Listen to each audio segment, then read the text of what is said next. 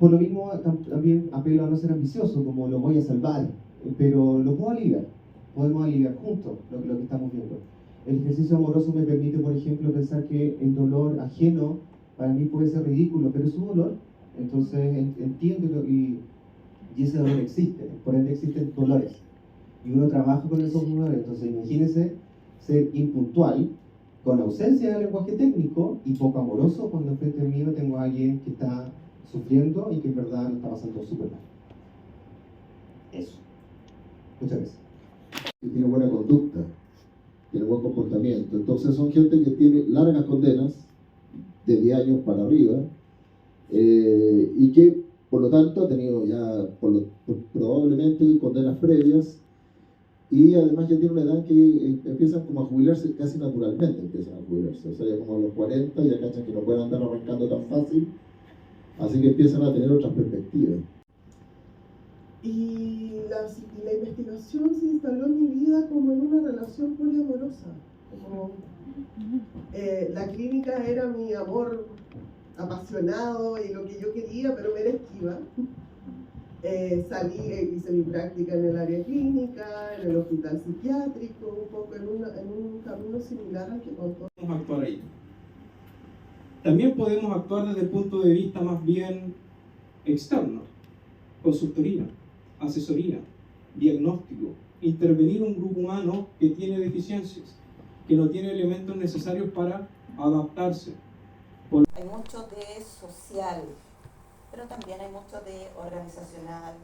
A veces también nos toca un poco de primeros auxilios psicológicos. Es un área que incluye, yo diría, todas las dimensiones de la psicología. Yo lo paso excelente en educacional, pero debo decirles que es un área que es compleja, porque trabaja desde un paradigma de la complejidad. Quizás sus actores no lo saben, no lo declaran, pero sus relaciones responden a aquello.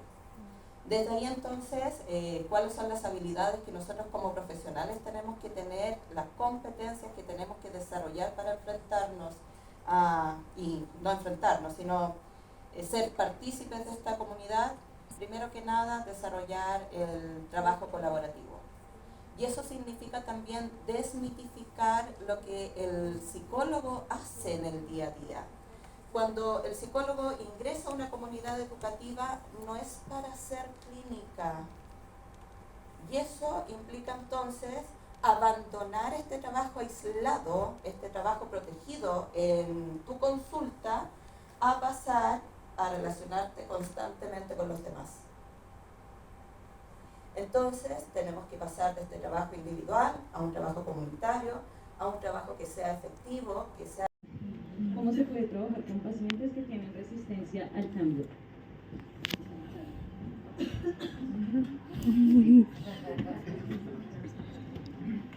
Hola, hola Carol, no te veo. Tengo un poco aquí, todos están un poco ciegos. El tiro en la carretera. ¿Te pasa algo constante en la psicoterapia, que básicamente lo que hago todos los días, de lunes a viernes, media jornada, normalmente la jornada estoy acá, y que tiene que ver con el ejercicio reflexivo? Aprendí en el quehacer que el mismo ejercicio del quehacer implica una reflexión de cómo estoy caminando, cómo estoy respirando, desde cosas tan simples como estoy sentado, qué estoy pensando cuando estoy pensando, qué estoy pensando cuando estoy pensando. Al final es un ejercicio infinito, recursivo en sí mismo, que tiene que ver parte con la forma de pensar que tengo yo. Entonces, bajo esa misma lógica, la resistencia, más que resistencia en sí misma, es una suerte de lo que yo llamo el síndrome del apóstol. Es como ser yo, Señor. Y en el ejercicio reflexivo también aparece una segunda parte que tiene que ver con el ejercicio humilde de la profesión.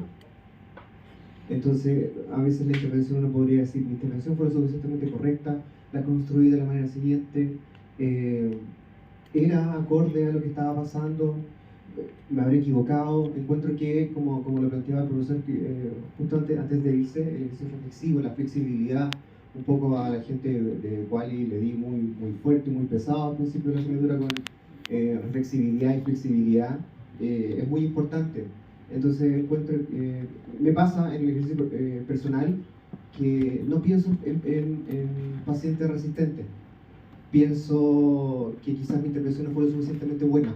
No una cosa como de castigo corpus, sino que simplemente bajo el mismo ejercicio reflexivo. Incluso llega un punto donde uno en el camino del quehacer incluso entiende que se equivocó. ¿Cómo puede usted presenciar ciertas culturas o actitudes de una persona que puedan ser contrarias a lo que usted normalmente está acostumbrado a presenciar? Porque me imagino que justamente tienen que analizar ciertas actitudes, ciertos comportamientos, en los cuales, por más que se puedan encontrar dentro del mismo país, puedan desafiar lo que usted normalmente tiene dentro, o por lo menos uno tiene dentro de su propia concepción, ya sea de forma moral o ética. Entonces, ¿cómo uno puede enfrentar estas cualidades o incluso si que estas actitudes chocan con otra en la que se pueda llegar a un conflicto?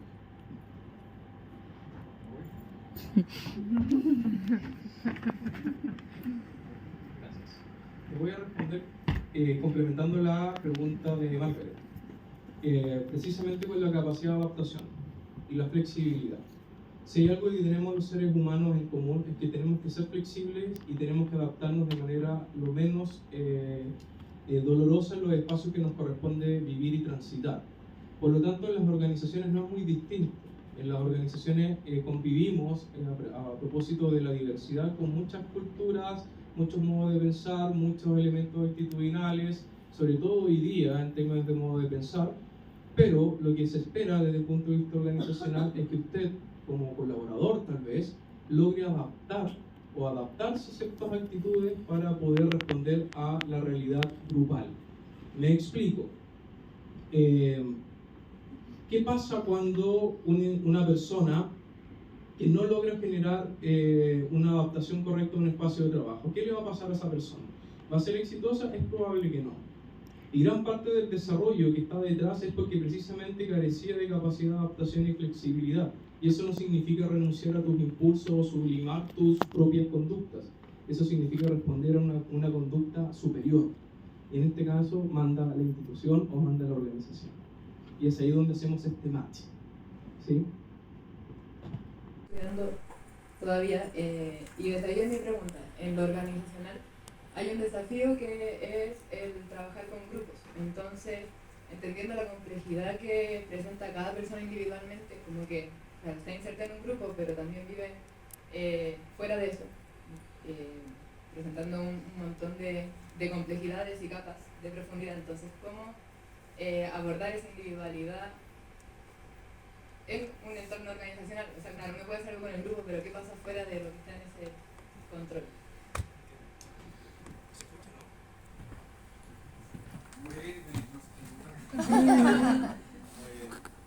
Sí, entiendo tu pregunta y algo que se lo podría preguntar a todos tus profesores.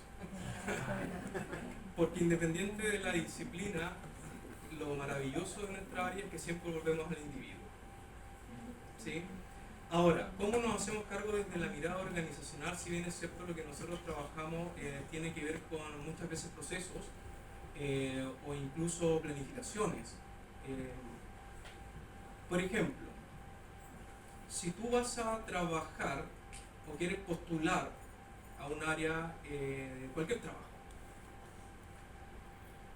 si tú postulas con tus competencias, con tu proyección, con tu ánimo, con tu motivación, el primer indicador que nos damos cuenta si es que vas a calzar o a hacer match cultural, como se habla hoy día, es precisamente por tus diferencias individuales. Si tus diferencias individuales calzan por lo que la institución, por ejemplo, en macro está solicitando o que el grupo está demandando, bienvenida a mi organización.